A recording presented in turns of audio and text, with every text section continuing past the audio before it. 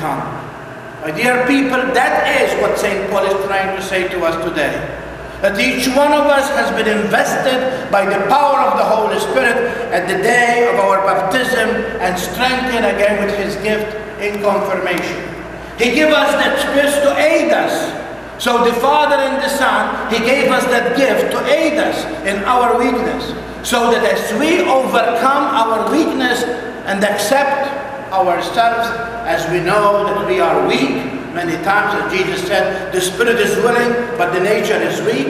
As we acknowledge that, and we acknowledge it before Mass, I have sinned through my own fault. When we acknowledge that, God's power will come to us through his clemency and goodness. And that's very important. But in our intention is we need to do God's will. And when we do God's will, even when it is hard to do, when everyone is doing this and I am against the system, when everyone is saying this and they am against the system, at that very moment, you really experience God. My dear people, to do God's will, don't think it's fun and games. To do God's will in tireless sacrifice. You as a parent, you who have children, you who know that one of your children is not doing what you have taught them to be, and to come and say to them, or say to her, or say to him, what you are doing is displeasing me, and I wish that you come to your senses. It's not fun and games, because you are asking to lose your relationship with your daughter or son, and sometimes can be lost for many, many years. To see that you are at work and people are doing all kinds of nonsense there, making their private phone calls, doing all kinds of things to waste their time, and you try to be a steward, that you are trying to give the one who had give you a job 8 hours of work, and they laugh at you is not even funny. That you are in a world that everyone is doing so, because everyone, father, is in the second marriage. Because everyone, father, goes to communion even after they attend the second marriage outside the church.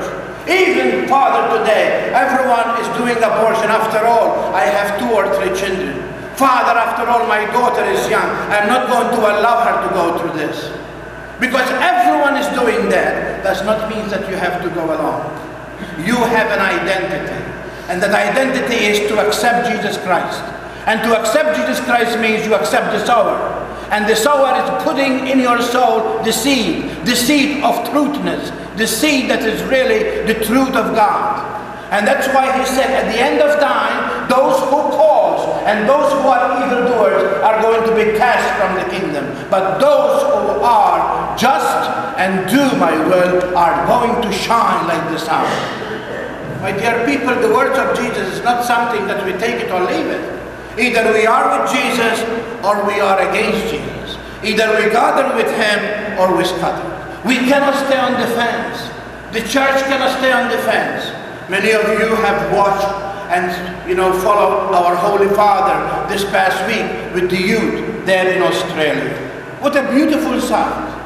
What a beautiful sight to see over 600,000 young men and women from all over the world. Not only screaming and cheering the Holy Father, but listen attentively to his word. And what the Holy Father is saying, open your hearts to empower yourself with the gift of the Holy Spirit. That Spirit that is within us, each one of us. That Spirit that really enables us to claim ourselves as sons and daughters of the Eternal Father. That Spirit that we experience him in the breaking of the world.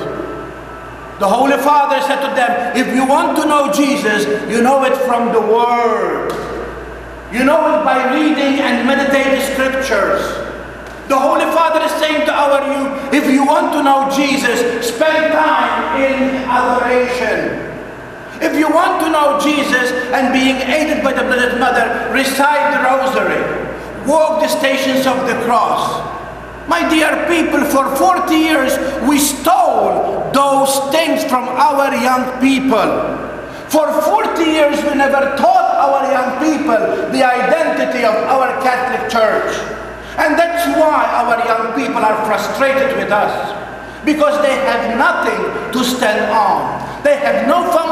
foundation of catechism. They have no foundation of a church. And so they are going to look for what? And they are going to fall on what? And the Holy Father is bringing this in their lives. And you see them follow the Stations of the Cross. You see them spending hours and hours in different camps that they have with the Eucharist, reaching out to preach for confession. Our young people are very thirsty and hunger for our faith. We, the adults, have betrayed them. And unless the church goes back to those things and that foundation of identity of the Catholic Church, there is no future tomorrow. The church has not come to the pew, sit there, give it the collection and go home. The church is alive. Is a live community. What we believe here must live out there. We have to have authenticity of whom we are. We need to identify ourselves with our beliefs and our lifestyle. If that is so, the church will grow.